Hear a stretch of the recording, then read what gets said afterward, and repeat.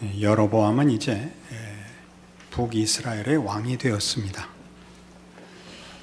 오늘 본문 25절에 보는 바와 같이 세겜과 분우엘에 요새를 건축하고 우선적으로 국방을 든든히 합니다. 그리고 이스라엘 백성들은 신정국가요, 하나님을 섬기는 나라이니까 종교적인 문제를 정치적으로 해결하는 일에 착수합니다. 매년 그 성전에 한 번씩은 꼭 가야 되니까 그것이 남왕국 예루살렘에 있으므로 백성들이 거기를 갈 때마다 북왕조의 정체성이 의심스러울 것 아닙니까? 그래서 북왕국의 베델과 단에 단을 쌓고 금송아지를 세우고 하나님을 섬기는 대신에 우상을 섬기게 하며 그들의 마음을 정치적, 종교적 방법으로 이제 붙들어 매는 북왕국의 정체성을 확립하는 일에 착수합니다. 이 문제로 인해서 그는 대표적인 하나님의 뜻을 배반하는 불신앙의 길을 걷는 대표적인 이름이 됩니다. 나중에 우리가 계속 확인해 보겠지만 열왕기 내내 하나님의 뜻을 따르는 자들을 다윗의 길로 행했다라고 얘기하고 하나님의 뜻을 거스르는 불신앙과 하나님을 배반한 자의 생애를 여로보암의 길로 행했다라고 이제 명명하게 됩니다. 그러나 하나님을 순종하고 신앙을 지켜서 복받았다. 하나님을 배반하고 우상을 섬겨서 벌받았다. 이런 얘기는 결과를 보고 있는 후세의 사람들의 판단이고 현실을 살아가는 과정 속에서 하나님의 뜻을 쫓는 것과 하나님의 뜻을 외면하는 것과 도대체 왜 그런 엄청난 갈림길이 생기는가? 또 이스라엘 백성으로 태어나서 어려서부터 신앙 교육을 받은 자들이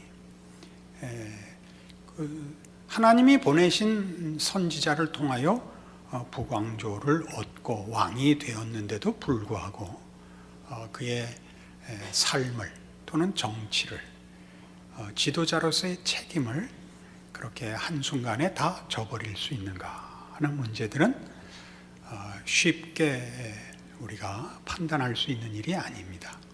왜냐하면 어느 시대에나 신앙의 길을 가는 사람들에게 이 문제는 그리 자신 있는 문제가 아니기 때문입니다. 오늘날 여러분들도 신자로서 하나님을 믿고 사느냐라고 묻는다면 아니라고 말을 할 수도 없고 그렇다고 말을 할 수도 없는 현실 속에 있는 것을 발견하실 것입니다. 왜 이런 문제가 생기는가 하는 것이 여로보암의 길을 우리가 성경에서 추적하여 확인해야 할 신앙적인 큰 교훈입니다. 데살로니가전서 5장에 가보십시다. 데살로니가전서 5장 16절 신약 성경입니다. 항상 기뻐하라, 쉬지 말고 기도하라, 범사에 감사하라. 이것이 그리스도 예수 안에서 너희를 향하신 하나님의 뜻이니라. 이 본문 그대로를 설명하자면 늘 기뻐하게 해주겠고 모든 기도에 응답하시겠고 어떠한 사소한 일도 하나님이 함께 하시지 않는 일은 없다라는 뜻입니다.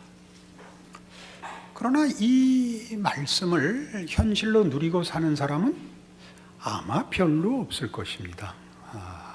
우리는 이것을 소망하지만 또 믿고 있지만 현실이 그렇지 않다는 것을 압니다.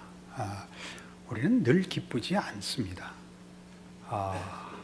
어떻게 표정들이 늘 기쁘신 것 같은 표정도 아니면서 지금 질문에는 선뜻 응하시지 않는 것입니까?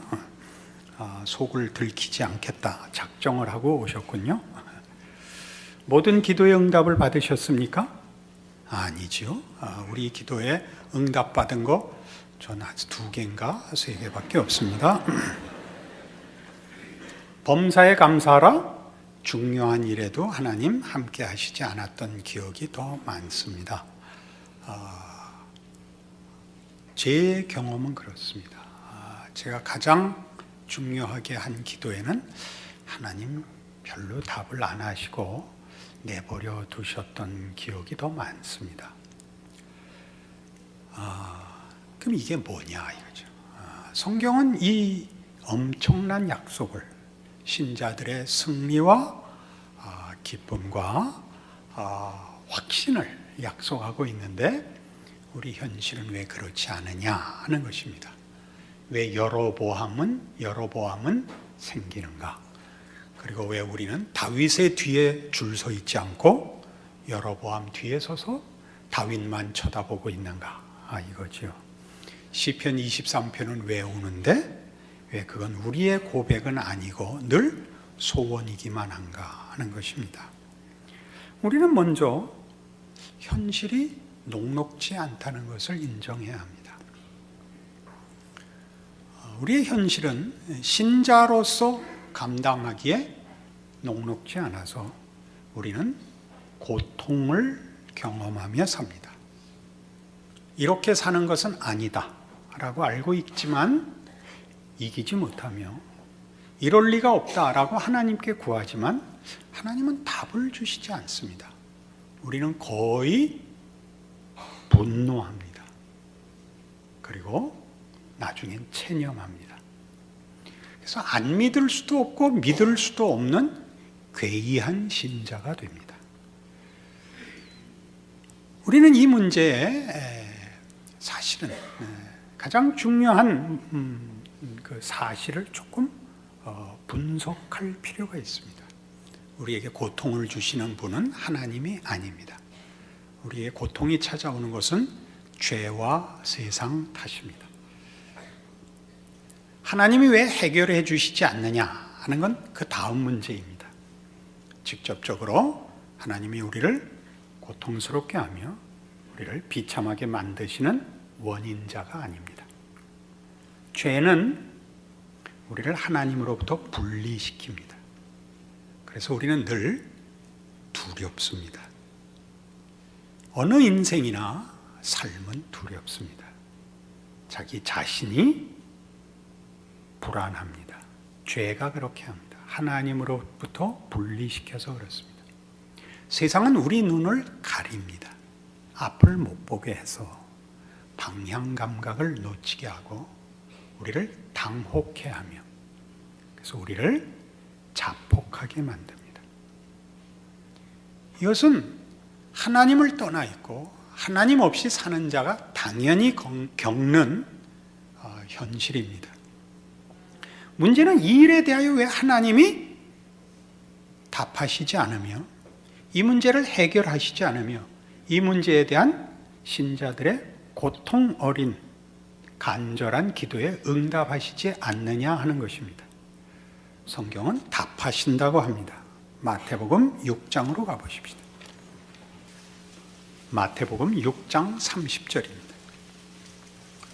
오늘 있다가 내일 아궁이에 던져지는 들풀도 하나님이 이렇게 입히시거든 하물며 너희일까 보냐 믿음이 작은 자들아. 그러므로 염려하여 이르기를 무엇을 먹을까 무엇을 마실까 무엇을 입을까 하지 말라. 이는 다 이방인들이 구하는 것이라. 너희 하늘 아버지께서 이 모든 것이 너희에게 있어야 할 줄을 아시느니라. 그런즉 너희는 먼저 그의 나라와 그의 의를 구하라. 그리하면 이 모든 것을 너희에게 더하시리라. 우리 잘 아는 마태복음 6장 33절입니다. 너희는 먼저 그의 나라와 의를 구하랍니다. 하나님의 뜻을 구하랍니다. 하나님 말씀에 순종하라입니다. 그러나 이 말씀은 이런 종교적 윤리적 요구보다 좀 더 깊은 요구입니다. 그리고 약속입니다. 어떻게 그리한가? 우린 그 앞에 내용들을 잠시 살펴볼 필요가 있습니다. 이 문제는 염려하지 말라는 문제에 대한 예수님의 가르침입니다. 내일 일을 염려하지 말라. 공중 나는 새를 보라. 들에 핀 백합화를 보라. 오늘 있다 내일 아궁에 던져지는 들풀을 보라. 이렇게 됐죠. 세상이 우리를 위협하고 우리를 끊임없이 장악하는 시험과 위협의 본질은 무엇이냐면 우리로 하여금 내일 일을 오늘 준비케 하는 것입니다. 이 말은 조금 혼동의 여지가 있죠. 우리는 내일을 준비해야 됩니다. 그러나 그런 통상적인 준비가 아니라 내일을 확보한다는 의미에서의 오늘의 어떤 내일을 장악하고 조종할 수 있는 무엇인가를 손에 잡고 싶습니다. 그것이 우리에게는 권세고 부고 건강이고 만일의 경우를 대비한 보험입니다. 우리가 우리 미래에 대한 불안과 염려로 인하여 오늘 확보하고 싶은 것은 세상에서 힘을 쓰는 것입니다. 그러니까 우리의 내일은 결국 또다시 세상입니다. 그러니까 세상에서 우리가 자신 있으려면, 확실하려면 세상을 확실하게 하는 힘들로 무장하는 수밖에 없습니다. 그래서 내일에도 하나님이 없고 오늘에도 하나님이 없습니다. 하나님이 개입하실 여지가 없습니다. 근데 성경의 얘기는 너희가 그토록 염려하는 오늘과 내일을 살아가야 되는, 그래서 확보하고 싶은 것은 하나님이 그건 당연히 주신다 이거죠. 공중 나는 새를 보라, 들에 핀 백합화를 보라, 오늘 있다 내일 아궁에 던져지는 들풀들을 보라 이겁니다. 너희는 그 걱정하지 말고 뭘 해라? 나를 구해라 이겁니다. 나를 구해라. 그러니까 신앙인으로 산다는 건 뭐냐면 여로보암의 길로서 경고되는 바와 같이 세상을 확보하려는 싸움에 끌려가지 말고 나를 붙드는 싸움을 해라 이겁니다. 다시 말해서 하나님의 길, 하나님의 뜻은 하나님과 동행하는 삶이다, 그런 뜻입니다. 하나님과 동행한다는 것은 물론 하나님의 길을 따라 사는 것이요 하나님의 뜻에 순종하는 거지만 더 깊이 하나님을 즐거워하는 것입니다. 하나님은 당신을 우리에게 내어주시는 것입니다. 하나님은 우리와 하나가 되기를 원하시고 우리와 사랑을 나누기를 원하십니다.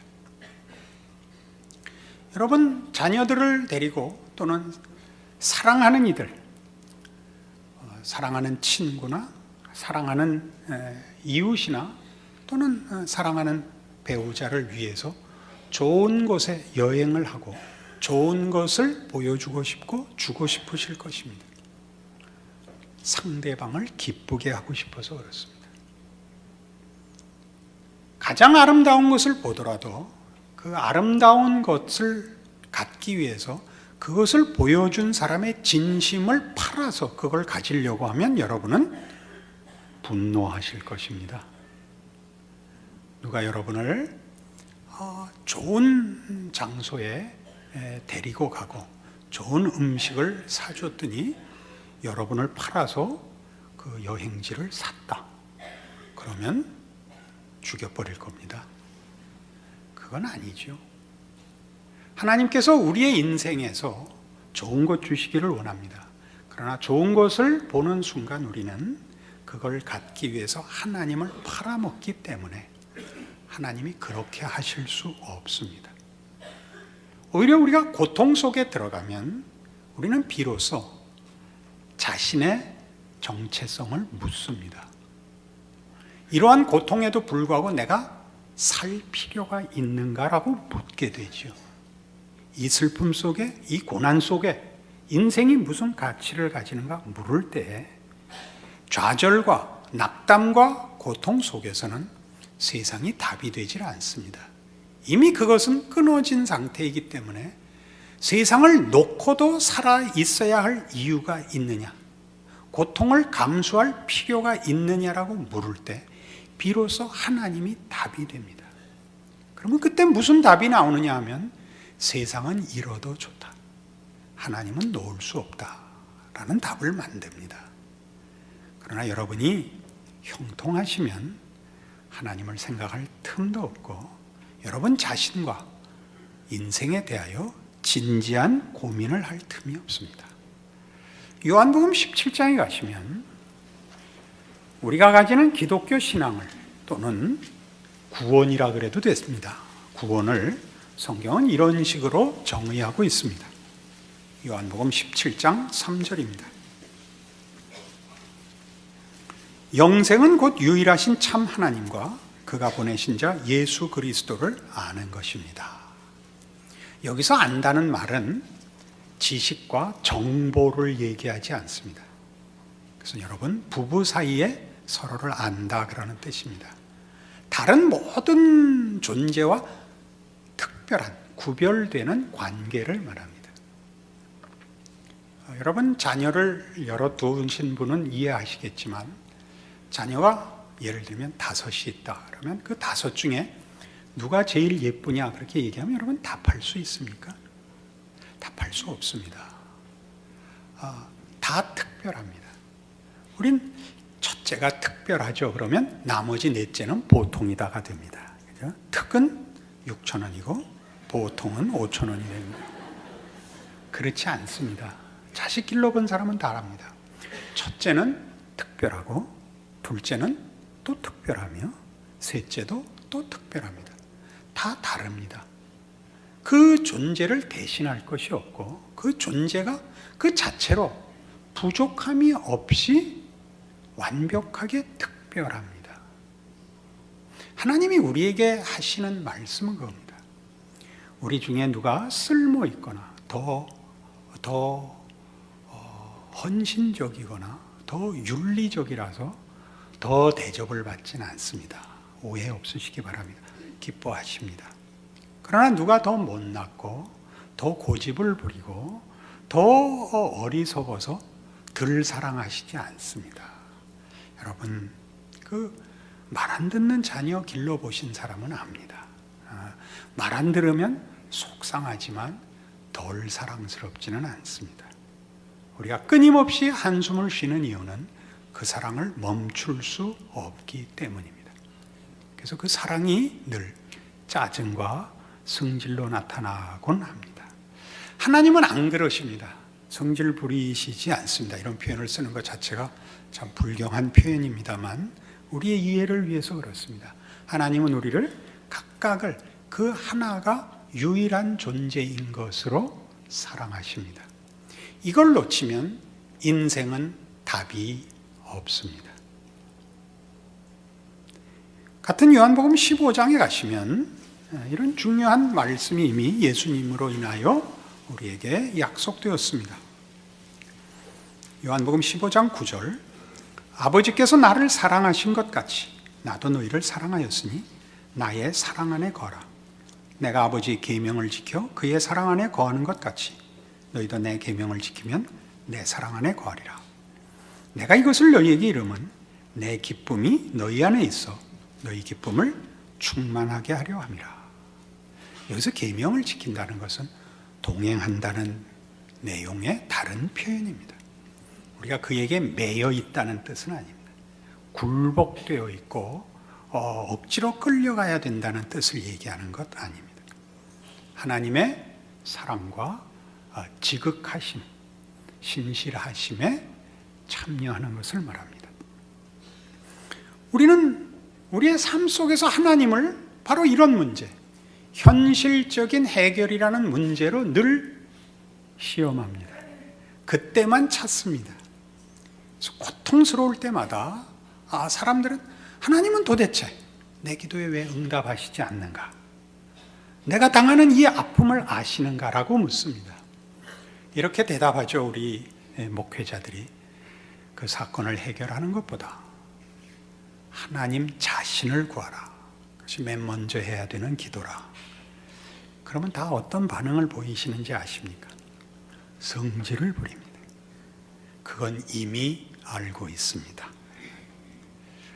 끊임없이 세상을 장악하려는 방법을 구하면서 그 결과를 달라고 그러면서 하나님 자신을 찾는 것은 놓치고 있습니다. 우리는 기쁨이 없습니다. 우리의 두려움은 해소되지 않습니다. 여러분의 모든 두려움은 어디에 있는가 보십시오. 내일이라는 두려움, 오늘 갖고 있지 않는, 가질 수 없는 내일에 대한 어떤 수단과 내용들 때문에 우리는 아무도 자신하지 못합니다. 그러나 사실은 온천하를 지으신 하나님, 섭리자 하나님의 자녀입니다. 너희는 염려하지 말라. 이 말을 우리는 믿지 않습니다. 항상 기뻐하라. 어딜요? 이렇게 반응합니다. 기쁘면 고통이 없는가? 그렇지 않습니다. 고통은 우리에게는 이 세상을 사는 동안 외면할 수 없고 피해갈 수 없는 현실입니다. 우리는 한계 속에 살고 죄가 관영한 세상에 살기 때문입니다. 그러나 우리의 기쁨을 빼앗을 수 있는 건 세상에 없습니다. 우리는 하나님의 자녀이기 때문입니다. 그래서 다윗의 고백은 이렇게 표현되는 겁니다. 시편 23편입니다. 여호와는 나의 목자시니 내게 부족함이 없으리로답니다. 목자란 양을 위하여 존재합니다. 그는 권세자도 아니며 그는 부자도 아닙니다.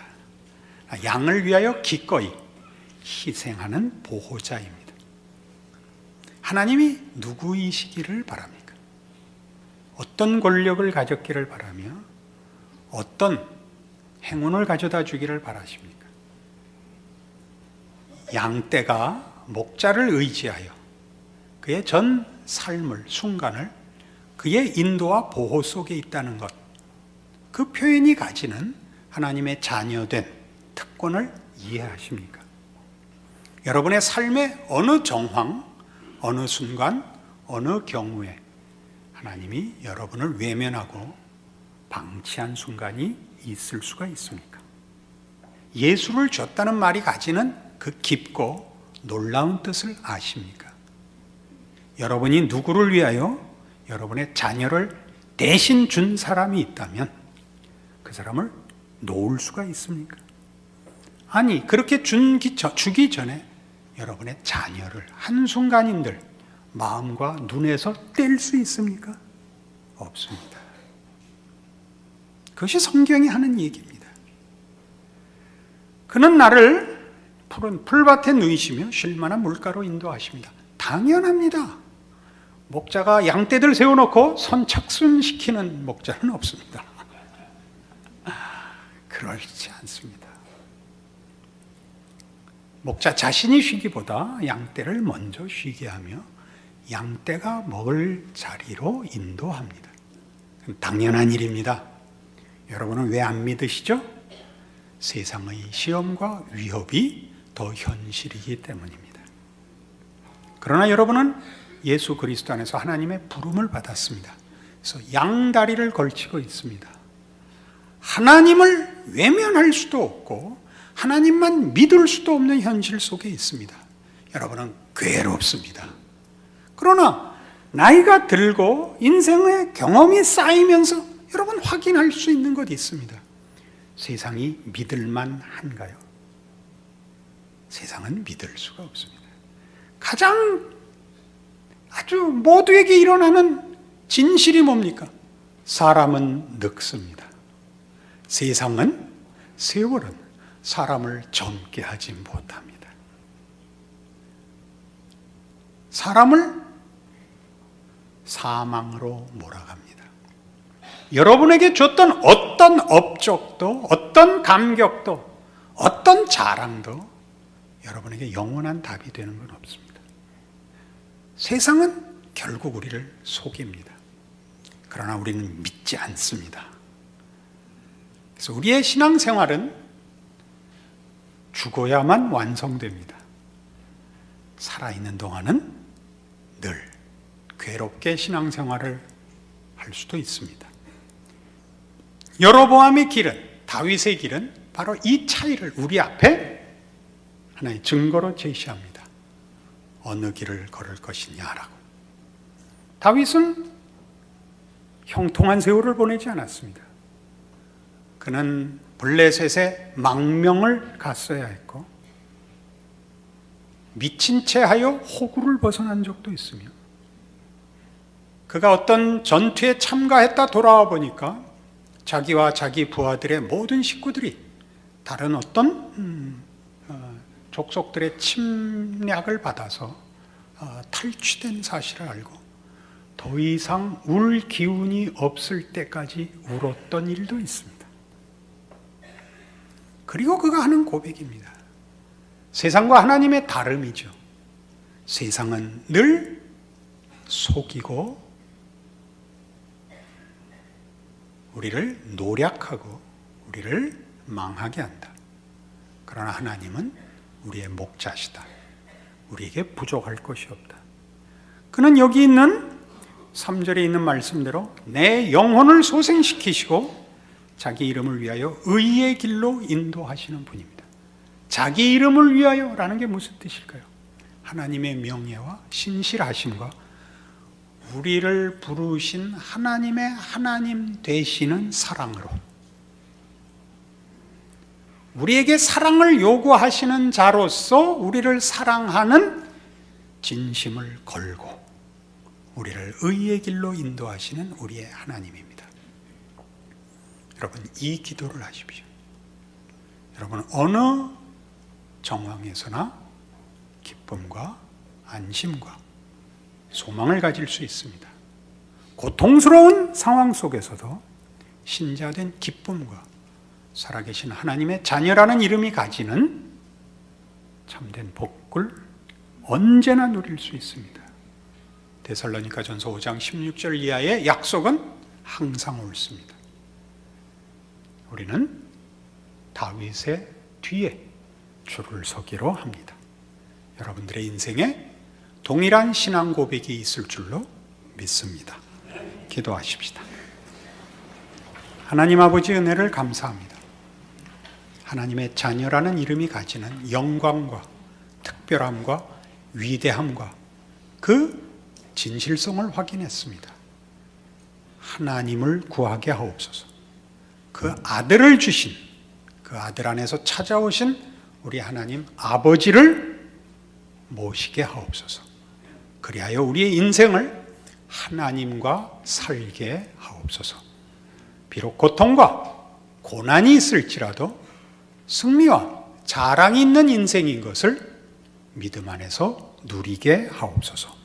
예수님 이름으로 기도합니다.